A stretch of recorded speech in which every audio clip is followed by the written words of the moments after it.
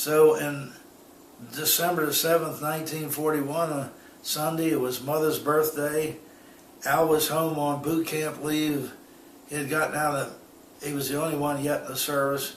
It was before the war started, and he was the only one in the service from the family at the time, and the Japanese bombed Pearl Harbor.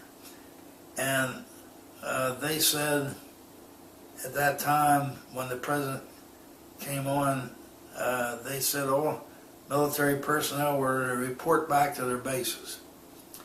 And Al had gotten out of boot camp and was on his way to the West Coast. So he took a train to the West Coast, got there, reported in. His company commander said, "What are you doing here?" He said, "Well, they said on the radio that all personnel were supposed to report back to their units."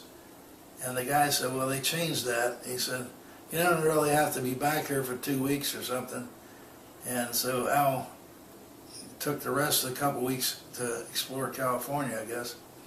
And he went overseas, and we didn't see him until the last year of the war. And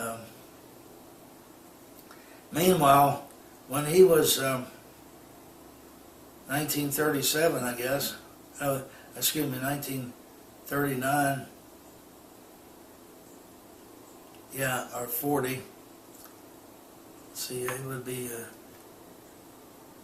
sometime around there. He was in the 11th grade, which was senior year.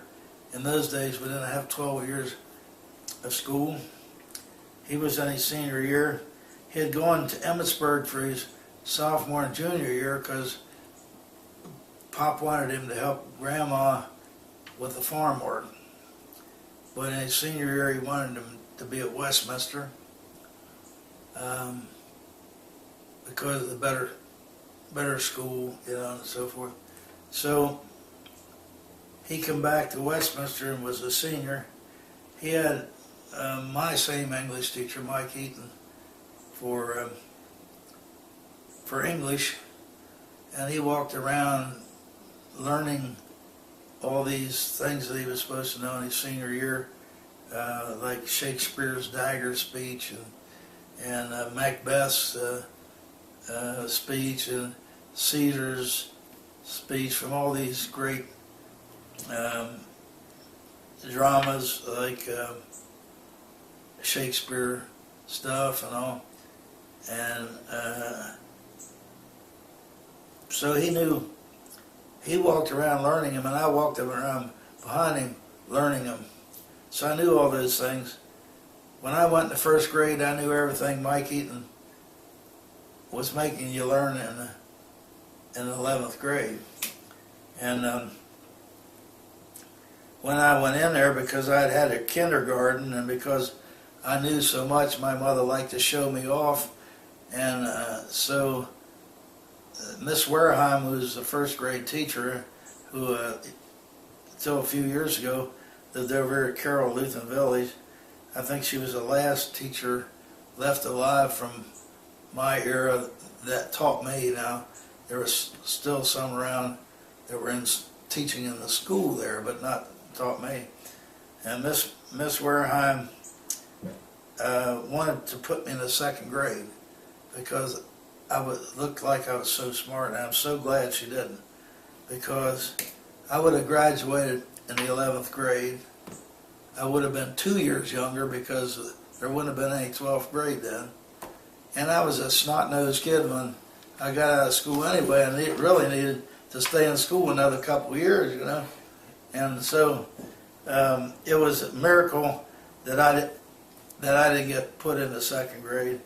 And I was in Miss Wareheim's class.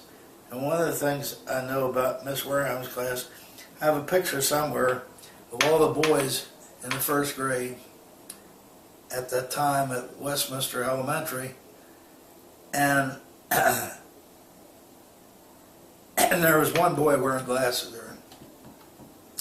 That was a boy named Harold Stunner. His father owned a big nursery here, and who, after his father died, they sold off the property, and that's where BJ's is, and and all that. There's still a bunch of land for sale for businesses, but all the, I guess,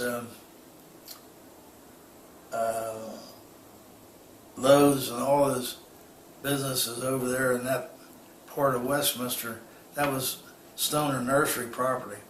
They sold off that land, and they all made a lot of bucks out of it. They had four or five brothers.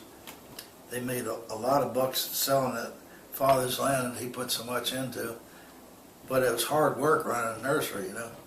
And anyway, Harold was the only boy with glasses, and now he's the only boy without glasses, because he, after he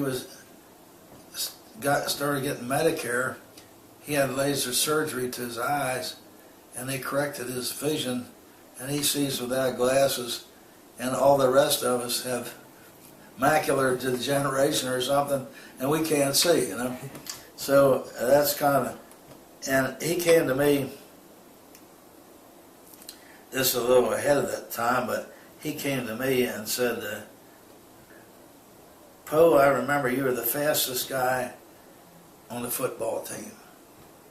And I was never the fastest boy in anything in my life. But what he was basing it on was, if the coach went out, we had a rainy day, and we couldn't practice outside, the coach would send us out to run X number of laps. It would be like 20 laps around the football field, or 17 laps or something, you know. And so I was always the first one finished when we did that. And the reason was, I had stamina. I could go for a long time, but I was never fast. When I went to college, in fact, the football coach used to run me with the tackles so I'd have a chance of beating somebody, because I couldn't beat any of the ends, okay? So I was an end, and ends are supposed to be fast. So I had none of the qualifications for end, but later on, as it turns out, in my junior year, I made 7 touchdowns, and altogether we had 13, so I made more than half the touchdowns on the football team. The next year I made none, of course, but my sophomore year I did, and then my junior year, my senior year, and also I might add that my junior and senior year we had single substitution, which meant you had to play both ways. You couldn't come in and out. Usually it was a quarterback that came in and out, or a kicker or something, but you know, you played both ways. I played both ways. But in my senior year, we got a new end coach, and for some reason, maybe because I was so slow or whatever, he put somebody in ahead of me, even though I was first team the year before. And of course we lost damn near every game. But the head coach would call for me to come in if we were way behind or way ahead, and hope for a miracle, you know, which I never had a miracle there. So, but it was kind of a come down to go from the first team to back to rookie again, you know. But it's only logical, because everyone that played ahead of me was like 4 inches taller, and you know, 40 pounds heavier, and a lot faster than I was. The only thing I can say in my own defense is nobody ever got around my end. I knew how to keep that from happening when that outside was my responsibility. Now sometimes the tackles would go out and I would slice in, you know, or something like that. But I could knock a 240-pound tackle right on his butt. But if you hit him right, you can do it, you know, and fast enough. And I was fast on the start. I wasn't fast on the run, but I could get off the ball pretty fast. So. But that's digression. We were going in elementary school. Miss Wareheim loved me. But I got a spanking in every grade I was in, up till high school, and they didn't spank you in high school. But in elementary school, which went to the 6th grade, in those days. I got a spanking every year. And I can't remember what my spanking was in the first grade, but I do in the second grade. I threw a pencil at the back of another boy's head, and he just happened to move when I threw it, and it stuck in Barbara Bear's eye. And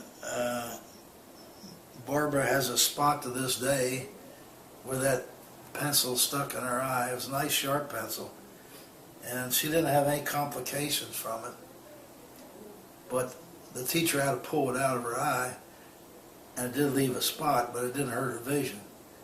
And so she took me up to Miss Bosley, who was the principal at that West End school that I went to the second year, and Miss Bosley spanked me.